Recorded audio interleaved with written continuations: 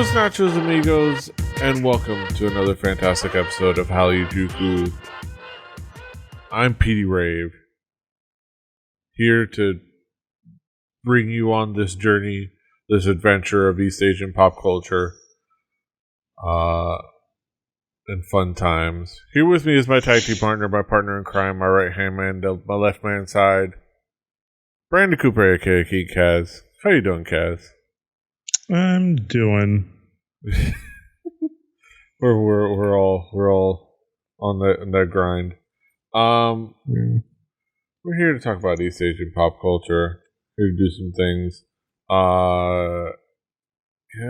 There's a bit to talk about. We were away once again a little bit of a couple weeks, but there's some things to talk about. Of course, we start off every episode talking about what's new, what's caught our attention.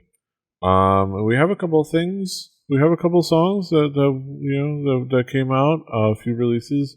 Kaz, what's new? What's caught your attention since we last gathered? To really tell you the truth, not much. But going around, I went and looked. One song you have that you'll talk about caught my attention just because people have been telling me about it, and then this other song people have been telling me about by Everglow called Dun Dun. I checked it out. I listened to it. It's fun. I like it. It definitely has a good poppy vibe to it. I love I like the sound of the girls' voices in it. It just kind of has all these things that work for me, but I don't know. It didn't like make me want to go listen to more Everglow, which is what I always like. I want something that's going to be like, I want to go listen to more of this now. Yeah, I enjoyed this. This is very much in the wheelhouse of like, this is something that a lot of the girl groups are doing now, which is the kind of that like attitudinal, bratty, girl crush style song. It's very chanty. It's very like anthemic or anthemy, as a call back to the early days.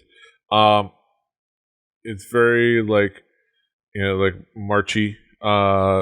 It's very much like in that wheelhouse of like Blackpink and ITZY, but like more bratty than anything. So it's fun. It's catchy. I think it's something that it's working well for Everglow. I think that I've enjoyed the couple of songs that they've released. It's still has to see. I still have to see if like they're necessarily a group that I'm gonna go all in on.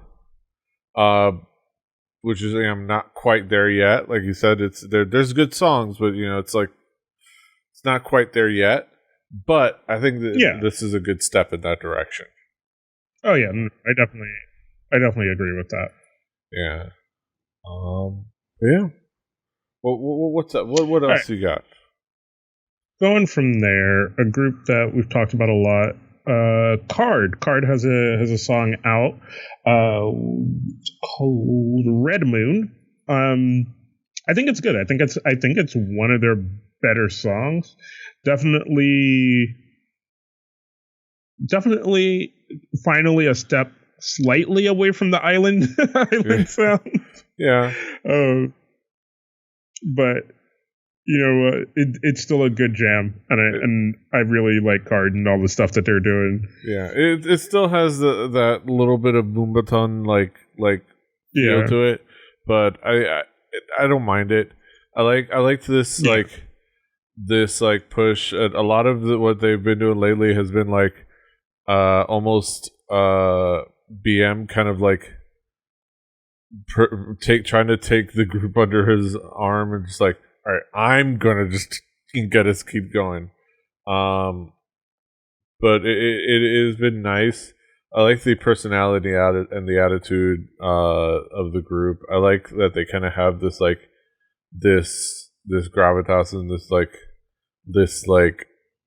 this personality to them that works well. They're very they feel like a group of adult human beings, like a group of 20-something-year-old human beings with like that like to go out and enjoy themselves and dance and have a party, things like that. And a lot of that is probably Matthew, like his LA Korean American ass, like you could feel his personality in this group, and I think it's the better for it. I can agree. Yeah. Also, the ladies look great. They're just amazing. And like Gio is just something else. She's a little tiny powerhouse. And it's fantastic. So, yeah. Anything else, Kaz? Anything else going on? No, that's it for me. But because, like I said, not a lot has really been catching me. So it's just kind of been like mostly what other people are telling me about right now. Yeah. Like my K-pop fandom has turned into other K-pop bands telling me to check things out. Yeah, we're not quite there to be the old K-pop fans, but we're getting those like tinglies. We're getting those moments. It's like when you first starting to go senile, first forget a birthday, just like a couple of things. What's new with me? A couple of things. I had to narrow down to a few of the songs. I had both of the songs you picked in my short list. Constantly I'd been putting things back in the dock, and a couple other things. But I'll go to the songs. I will say I somehow accidentally didn't remember that Monsta X was releasing their English language album, All About Love, on Valentine's Day. I just so happened to decide, hey, Target has some K-pop albums, like 2 or 3, and there's a Target above my job. Let me just I was up there getting my frozen thing for lunch. Let me go back there and see what's there. And I spotted the Monsta X album. I was like, oh, it's a Monsta X album. And then I took it home and realized, oh yeah, it's that new one. So yeah, I got the album What About Love. I'm not gonna get up there and refocus this camera, so I'm just gonna put it next to my face. I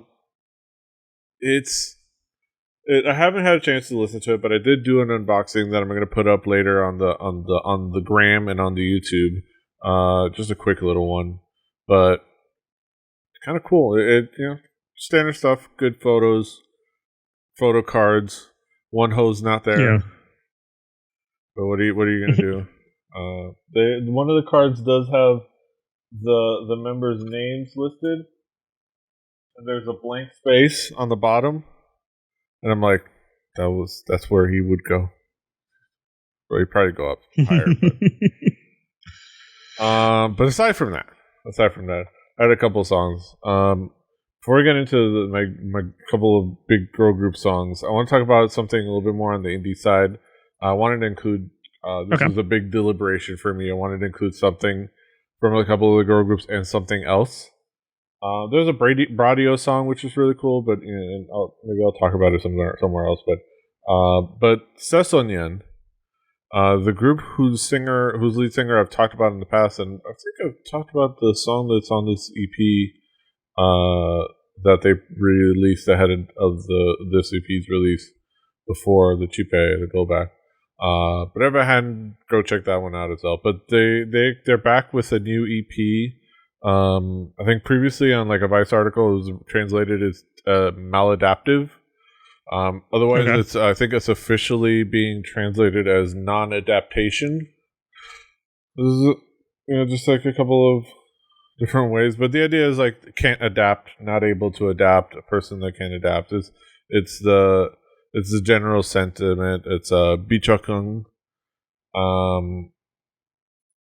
So far I've listened to it. It's a cool album. They came out with the track for it, Midnight Train or Shimyaheng, and it's cool. It's cool. It's very college radio song, very moody, very indie, but in a lot of really good ways.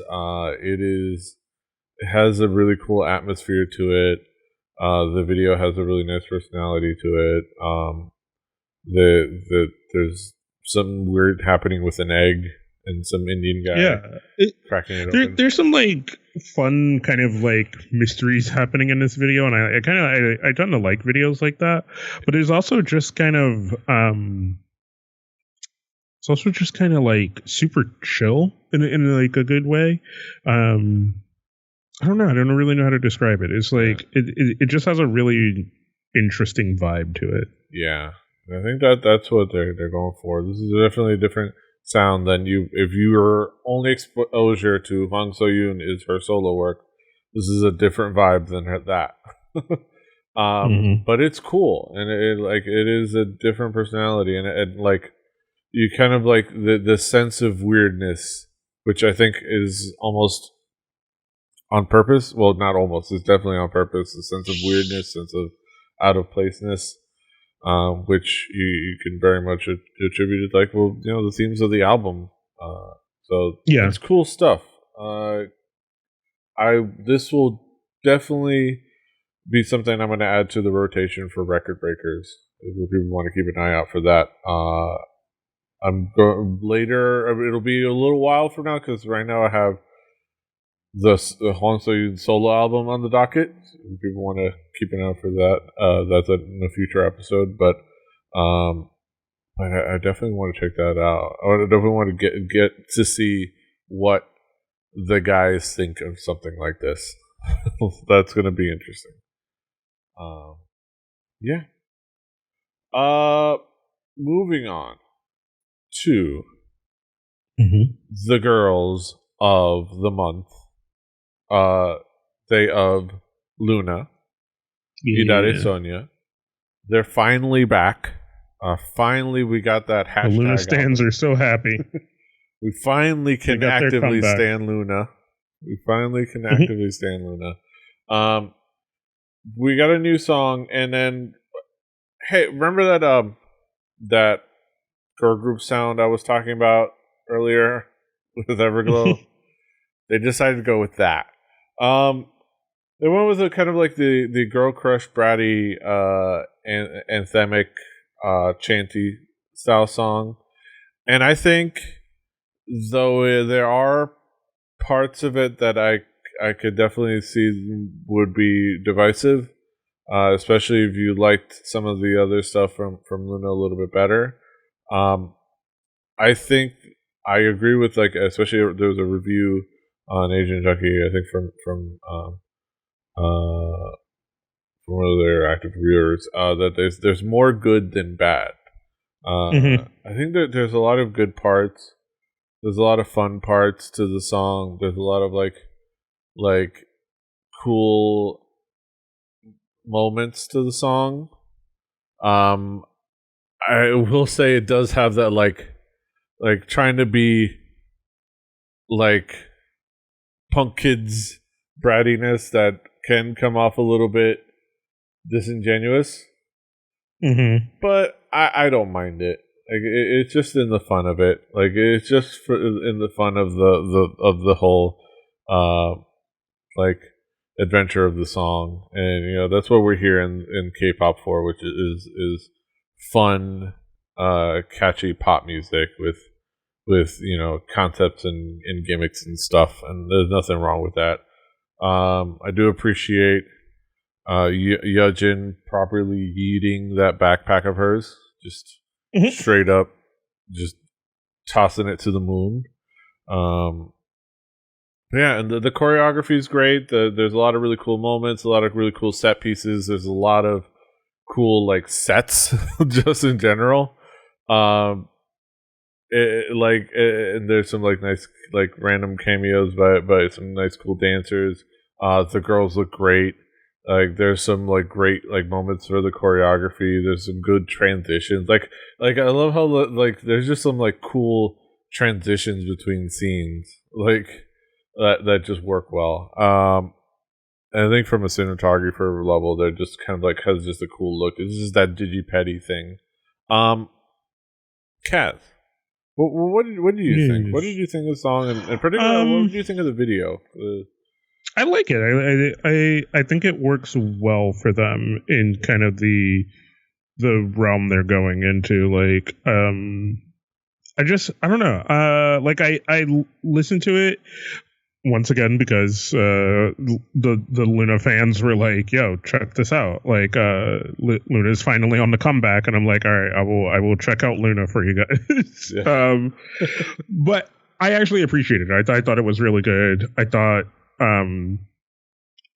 I definitely think we always talk about, you know, finding that sound that works for you, and kind of going for it, and I think this kind of not anthemy, but kind of anthemy sound thing works for LOONA.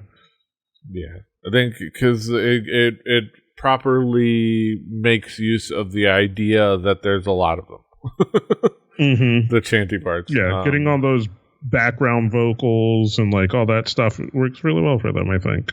Yeah, and then like, let's see, the album, though the mini album, hashtag or sharp, is good as well. It has some quality songs on there that are fun to listen to, so be sure to check that out. All right, last but not least, like the other group that is one of my major groups right now, Dreamcatcher. Finally, like they dropped it today as of this recording. We were originally going to record yesterday. We would have missed out. But today, Dreamcatcher released their new song for Scream. And you know, so it comes from a new album, Dystopia. This I forget the name of the subtitle, but it's Dystopia. It's a new era. It's a full album. My music taste is supposedly going to ship it to me. Still haven't shipped me that LOONA album, so I'm like, my music taste, come on. But this album, this song, I have to say, this is very cool. Like, this song is cool. Like, this song has a cool feel to it. There's a cool like progression of Dreamcatcher sound. It doesn't seem like a jarring departure, but it does have enough that is like a little bit different and a little bit new to like justify saying, okay, this is a new era. While not being like, we're just like doing like, we're an entirely different group now. At least I think so. And there's a lot of cool moments to it. Dami's, you know, fantastic in there. I love seeing Sua wielding a sword. She may slay me any day of the week. And there's some cool visuals. There's a lot of cool choreography. There's a lot of like cool moments. I'm looking forward to just sitting down and listening to the whole album. But like this song is a dope track. I don't know. What do you think? I agree. I think it definitely is a dope track. I think it works really well for what it is. Like, I think it does the showcasing of vocals and who the girls are really well. Yeah, I don't have any problems with it. Yeah, there's just really cool stuff. I like the dubstepy parts are nice, and they work well for it without being, you know, weird and outdated. I do appreciate that they did the formations and the choreography with 7.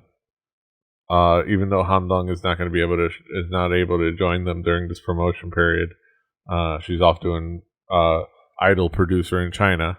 So they just put in somebody with a mask to kind of like, you know, this is like it's kind of like weird but kind of cool, just because like, hey, you know, we're not gonna have like an empty spot, or we're not gonna like make it so that you're not gonna fit in. So that's cool.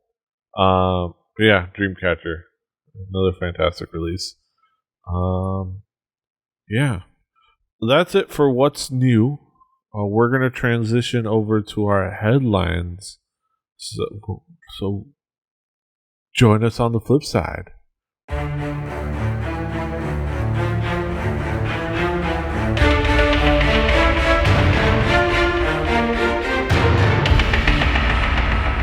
Welcome back to Headlines here on Hallyujuku. Welcome back to the Headline segment where we talk about topical topics in the world of East Asian pop culture.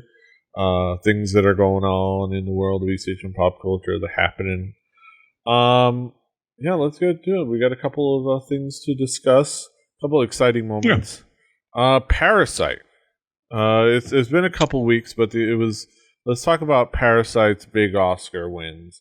And how it wraps up, like how it caps off kind of a crazy journey that movie has been going off. Because Parasite took home 4 awards from the Oscar: best best original screenplay, best international feature film, Bong Joon-ho for best director, and then of course best picture. It's the first foreign language film to win Best Picture.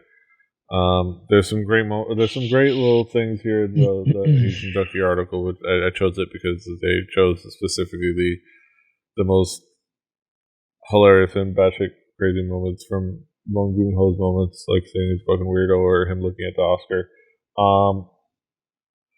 But yeah, it was a.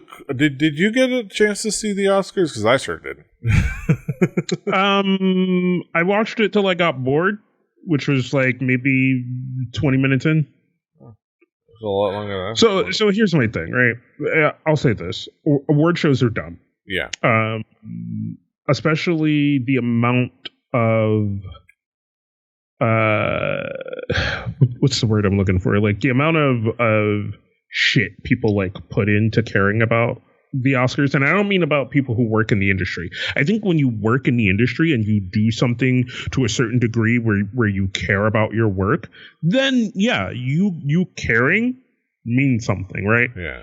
I think for everyone else, and that includes us, it doesn't really mean shit if we care. Yeah, like, no. We're not in the industry. It doesn't matter. If we like a movie, then like a movie, right?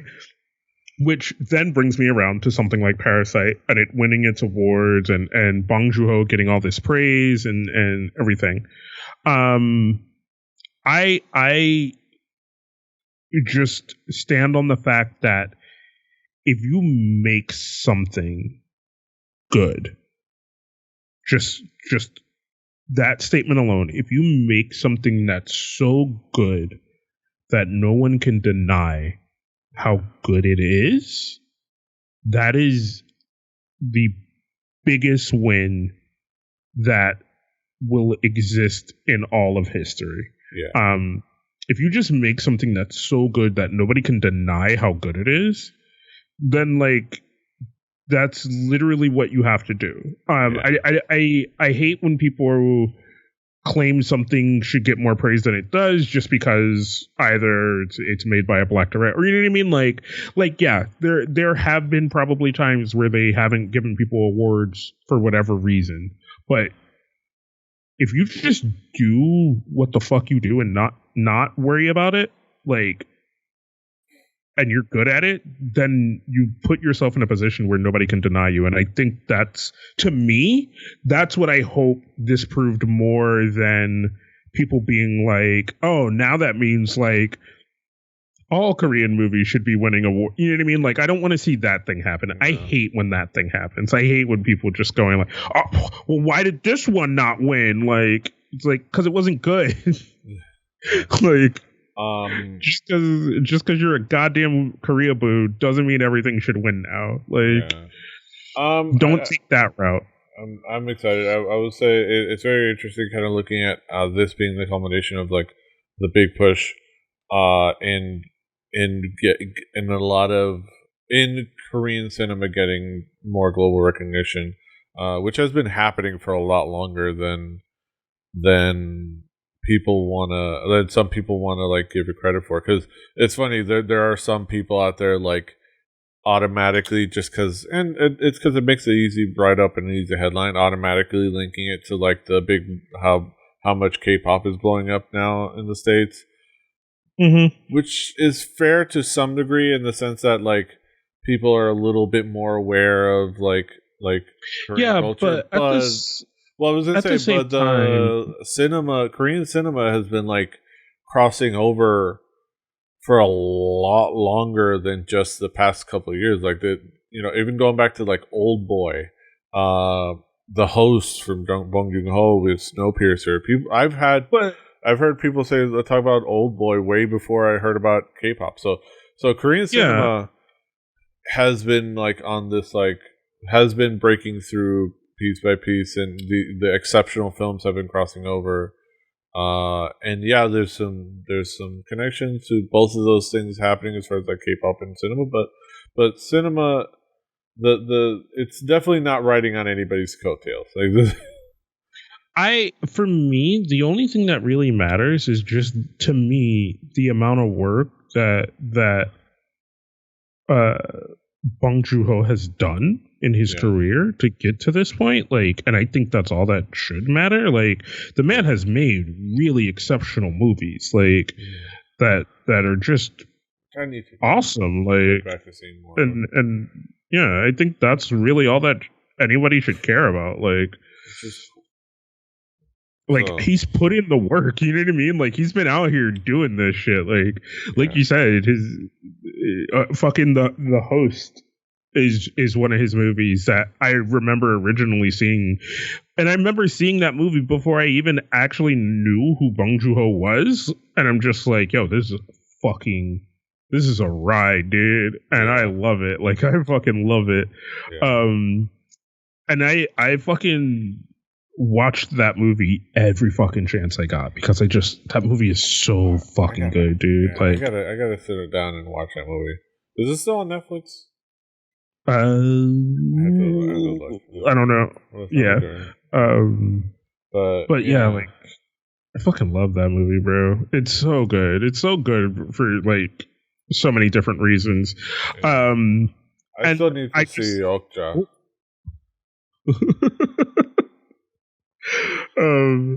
But Bong Joon-ho is just like an amazing director, and for me, all this is just a culmination of this man working really hard throughout his career and telling the types of stories that he wants to tell. You know what I mean? Like, and I feel like, for me, a lot of his movies have always transcended, just because he is a really, really fucking good director. You know what I mean? And I think that is what should always matter first, is the person who's telling the story good at telling stories. Like all the K-pop shit, all the other shit, like, I personally don't care about, because I am a movie nerd. So like, I've seen this dude time after time do amazing work. So it to me, it's just like a culmination, and I think this is literally one of his best works, and it just shows. Yeah. So the host is not on Netflix, but Okja, and pretty sure Snowpiercer has to still be on Netflix, which is another good movie by him, directed by him, that, if you haven't seen, is fucking literally amazing. Yeah. Yeah. But yeah, I mean, that's just what it comes down to for me, as a moviegoer, as a movie watcher, as somebody who likes to experience those things. Like, it comes down to just like the things I care about, and the things I care about are like just good cinema, dog. Good cinema. Yeah. One of and the fact that Parasite is one of the best movies possibly ever made. like it's just that tight and that good of a movie. So good job, everyone involved. They were all fantastic. I did see clips of them. They were all the cast were adorable and fun. It was fun to kind of see those moments on stage and off, like, of the cast being adorable. So happy for everyone involved. I think there's also a really cool article on Variety. Variety got the interpreter Sharon Choi to write up a little piece about her experience. Kind of like, out of all this experience with this whole award season, going back to like the Palme d'Or at Cannes. So it's cool. It's a nice little read up. I definitely encourage y'all to check it out.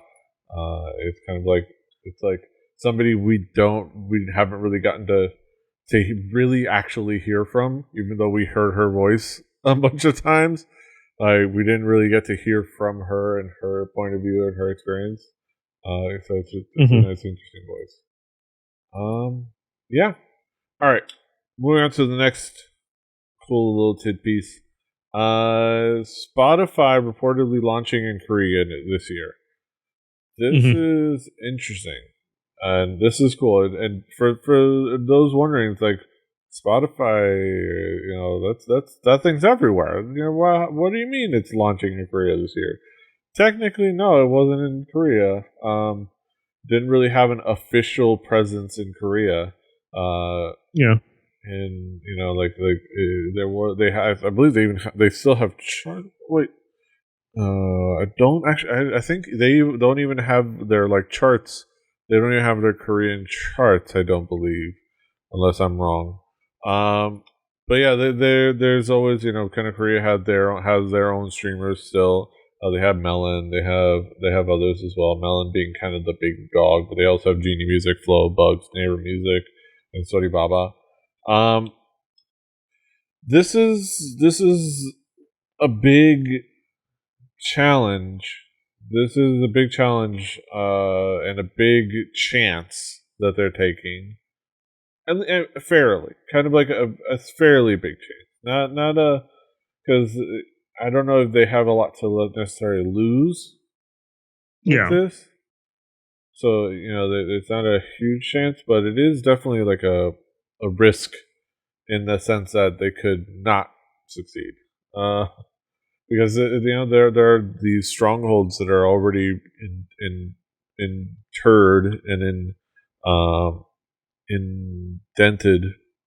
I don't know what the word is, but that are kind of like embedded in there that are going to be hard to challenge. But and I do like that there's been people talking about how they could actually be relatively almost like a lesser evil compared to artists, compared to say like something like Melon, who's had their issues with artists and paying back royalties and things like that. So which makes it a good time to make that step, right? Is the other people there have made some bad dealings in those places, so this is that moment you could take that foothold, right? When somebody else fucks up, like those are the great times to take those footholds, is like on somebody else's miscue.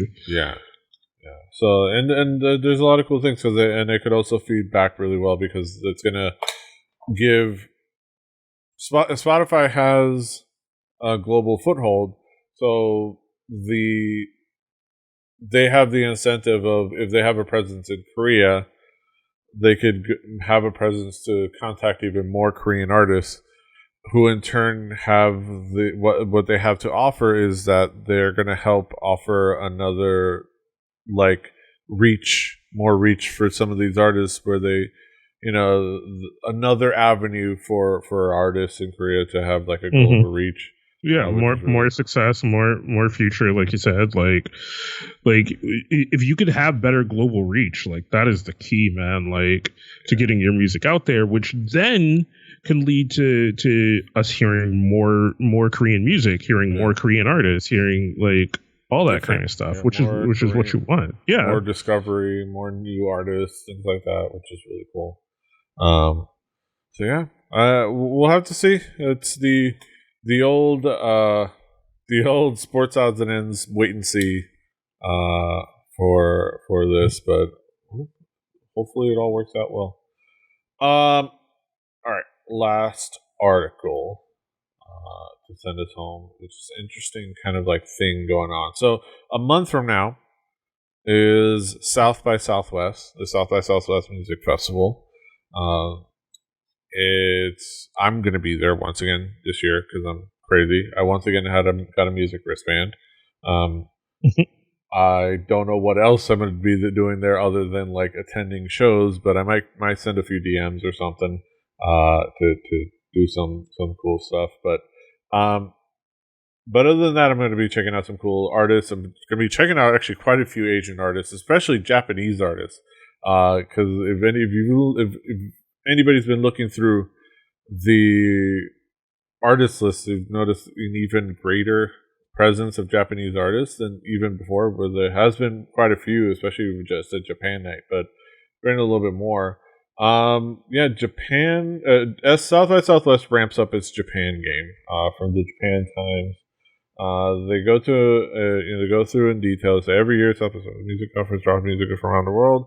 Texas, depending on the perspective, the event is either hopper growth or arena, in which industry is fight like gladiators. Between March 16th and 22nd, 17 Japanese acts will perform at showcase events across the city in hopes of furthering their careers. Attendees can hear everything ranging from Tokyo singer Yayoi Diamond's twerk anthem Ketsufure to the metal stylings of Aomori Prefecture's Ninganisu. And more in recent years, some Japanese performers have been among the festival's most discussed acts. The hype has helped foster larger audiences and more international opportunities for those performers. Chai, a dance rock band from Nagoya, made its international debut at South by Southwest in 2017. I'm pretty sure I saw them a couple years ago. No, I might have. Oh God, I might have missed that. That makes me sad. But yeah, there's going to be some really great acts. The article goes on. You can go ahead and check it out. It goes on to detail things like Japan Night, which is going to be it's going to mark its 25th anniversary this year. So I'm excited for that. I'll be there with a friend of the show, Roberto Villegas. And there's a nice multitude of artists heading out there, and definitely something that a nice variety as well, like Otoboke Beaver, of course, out there making a third appearance.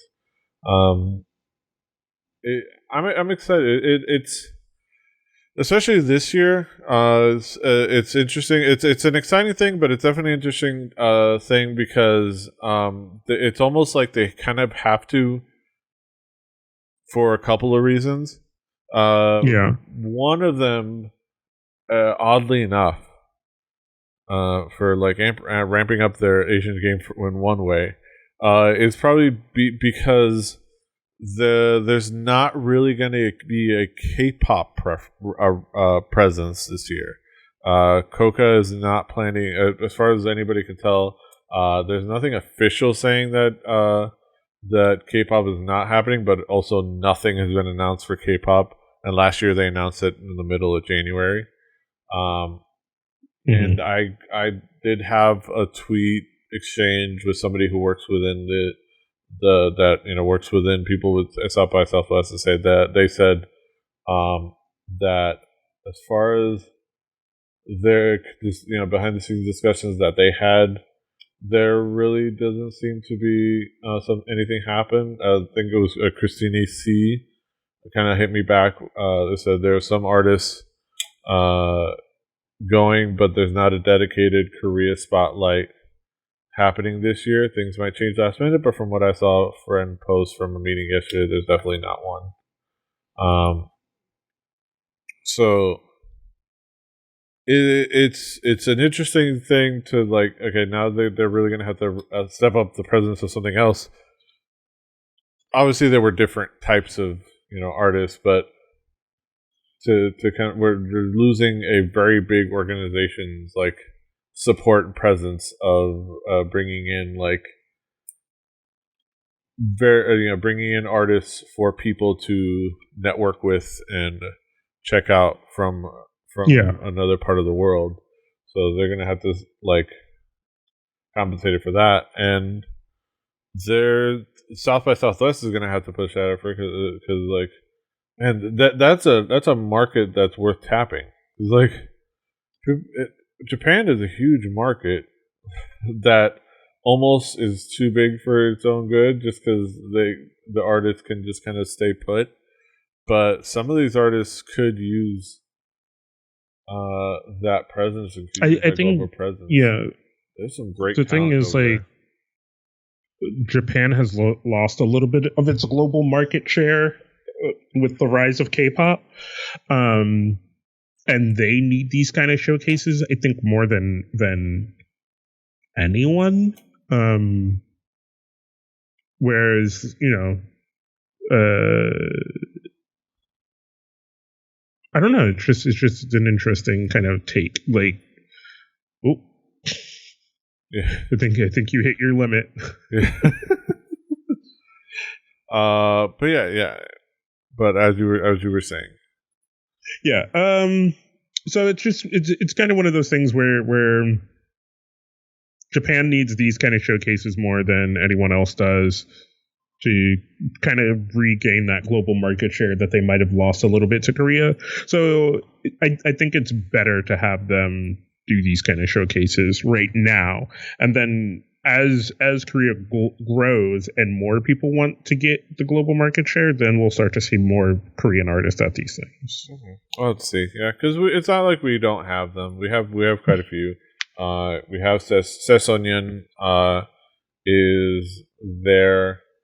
Making a presence. We have Hwang So-yoon and Sesonyeon separately having their own showcases. Yeah. We have artists like Sifika. We have Lee's Trio. We have quite a few different like independent artists, which are there's going to be a presence by Korean artists for sure. Right, but that's the thing, right? Is you always have these independents, and then you have the one big get, right? And for the majority of people who aren't fucking netizens, right? They're mostly gonna only care about what that one big hit is, or getting those more globally known artists. But for the people who just like music and are there to check it out, then they'll be more interested in those indie artists and things like that. So it's a give and take. Yeah. So I'm looking forward to seeing how it shakes out. I've gotten my dance card filled out. My schedule is South by Southwest. Yeah. I've got the app, the South by Southwest Go app. Oh shit! Yeah, baby. So, and I've got everything coordinated in schedule. Between all that and Nerdcore, it's gonna be a fun trip. I always enjoy going, even if I basically it's my one trip where I'm not going to hang out with the crew. It's kind of just because I know not a lot of, or not really anybody other than like, not even Roberto is going to be going this year. It's my thing, but I'm okay with that.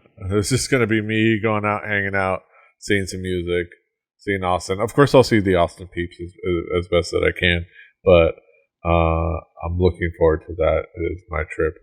Yeah, it's going to be a fun time.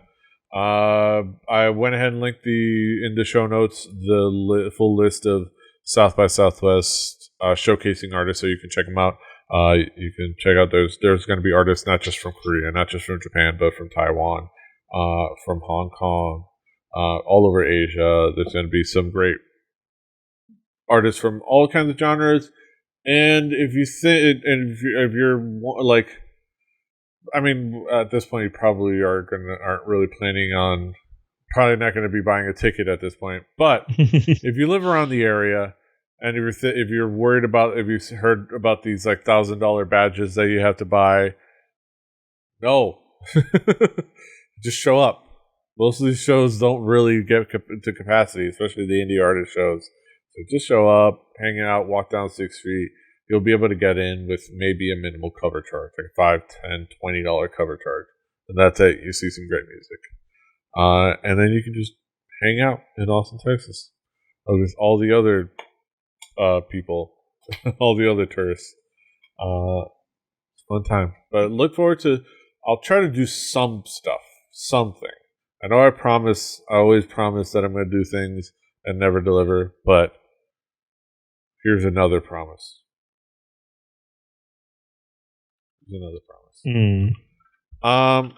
Yeah, that's it for the headlines.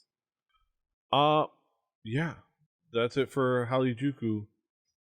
Another fantastic episode of Hallyujuku in the books, in the can, in the post production.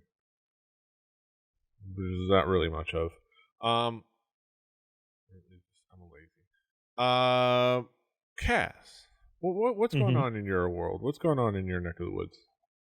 Nothing. Just getting shit together. Trying to prepare to take the year by storm.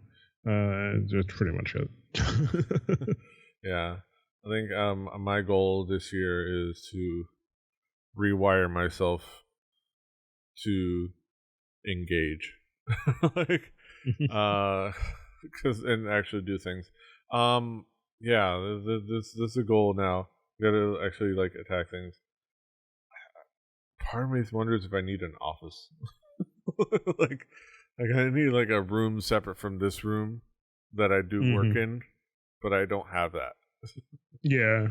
So it's like, yeah.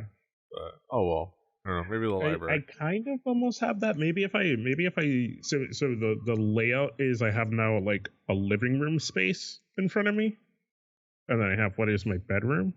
So maybe if I start hanging out more in my living room, get partitions, and then and then make this like legitimately like my work and sleep space. I don't know. That's a different topic for a different podcast. Yeah. The life process podcast. I don't know. Yeah. But that's it. Yeah, we're looking forward to more stuff. He's at King Kaz. I'm at PD Rave. Keep an eye out for stuff on the Hallyujuku Instagram.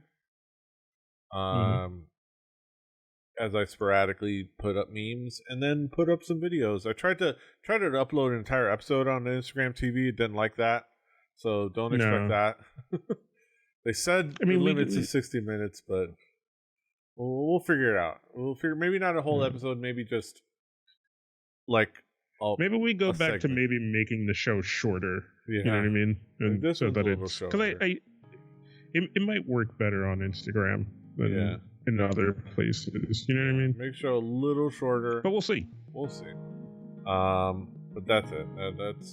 Those are the go check it out on Instagram. Check us out on all over the place, all over the internet. Hallyujuku.com. kpoppodcast.com is the other place to check us out. You can find us everywhere. Rebelli.net for this and other shows. Rebelli TV on YouTube. Elsewhere, maybe keep an eye out for maybe do some live streaming stuff. But just like, share, subscribe, do the things. There's a bell, I guess. Hit that. Do all the things. Until next time. Hasta los huevos. I think you're crazy.